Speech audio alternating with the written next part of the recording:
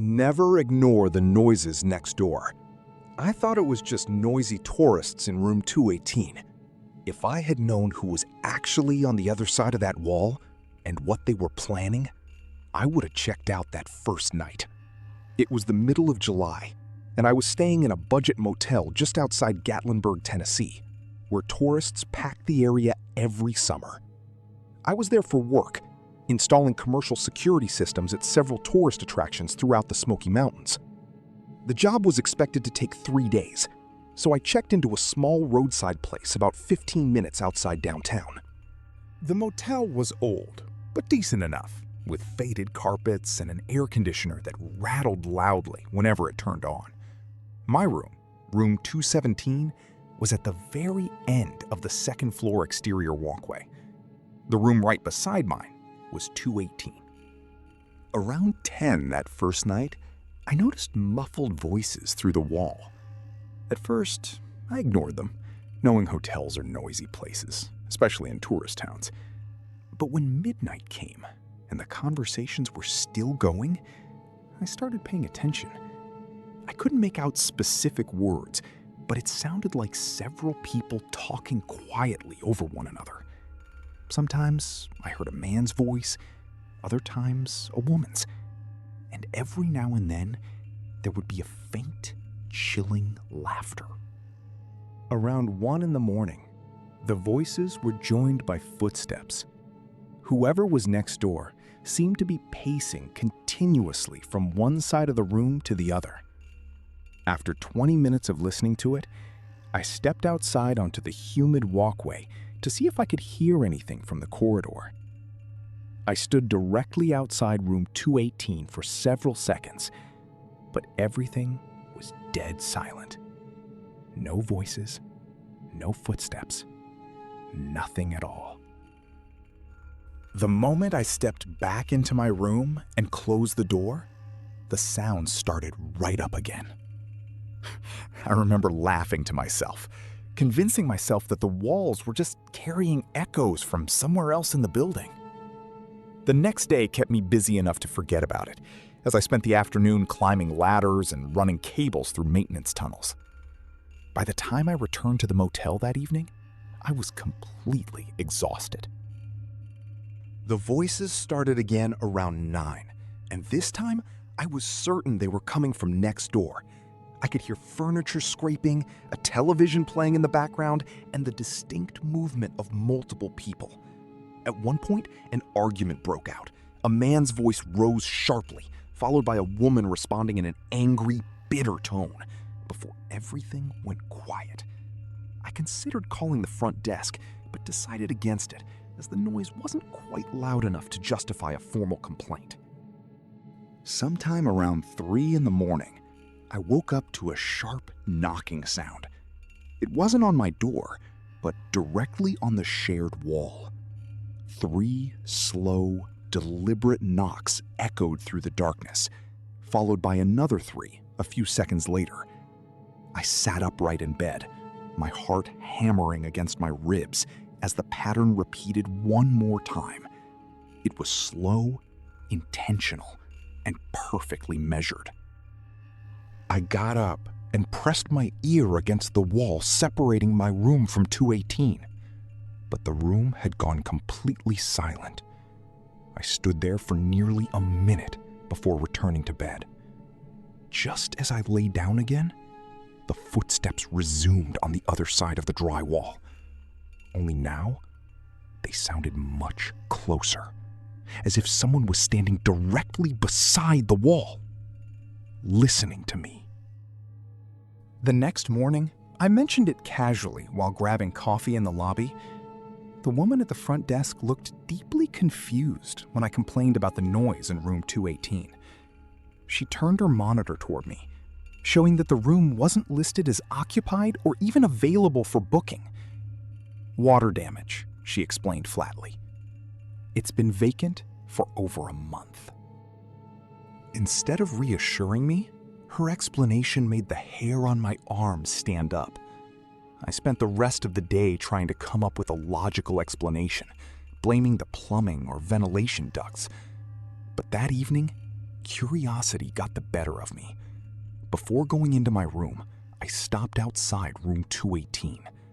The curtains were tightly closed, no lights were visible, and the place looked totally abandoned. Then I noticed something incredibly strange. The electronic lock had been completely removed from the door, leaving only an empty, gaping hole where the keypad assembly used to be. Anyone inside would have had absolutely no way to lock it from the inside. The voices returned around 11 that night, louder and clearer than before. This time, I could almost distinguish actual fragments of sentences. I caught muffled whispers like, "He doesn't know," or "Just wait," or "Tomorrow." The words were too faint to fully understand, but the chilling cadence of their tone was undeniable. Terrified, I finally called the front desk, and a maintenance employee answered. After listening to my explanation, he remained completely silent for several seconds. Then, he said something totally unexpected. "Stay in your room." I watched through my peephole as he arrived 10 minutes later carrying a heavy flashlight. He stood outside 218 for a moment, knocked twice, and when nobody answered, he unlocked the door and stepped inside. The instant he crossed the threshold, every single sound stopped dead. A minute later, he emerged looking visibly shaken, locked the room behind him, and walked away without saying a word to me. The next morning, the front desk employee claimed it had probably just been plumbing noise, but I knew she was lying. That night, things became even stranger. As I returned from work, I noticed an old pickup truck with heavily tinted windows parked behind the motel, near a line of trees. It sat there for hours, and I was almost certain someone was sitting inside, silently watching the building. Later that night, the sounds coming from room 218 became impossible to ignore. It genuinely sounded like a crowded room, full of multiple conversations, heavy footsteps, and doors opening and closing. Finally, driven by a mix of fear and anger, I decided to prove to myself that someone was breaking in. I stepped out into the hallway, and the sounds stopped immediately. As I approached room 218, the silence became absolute.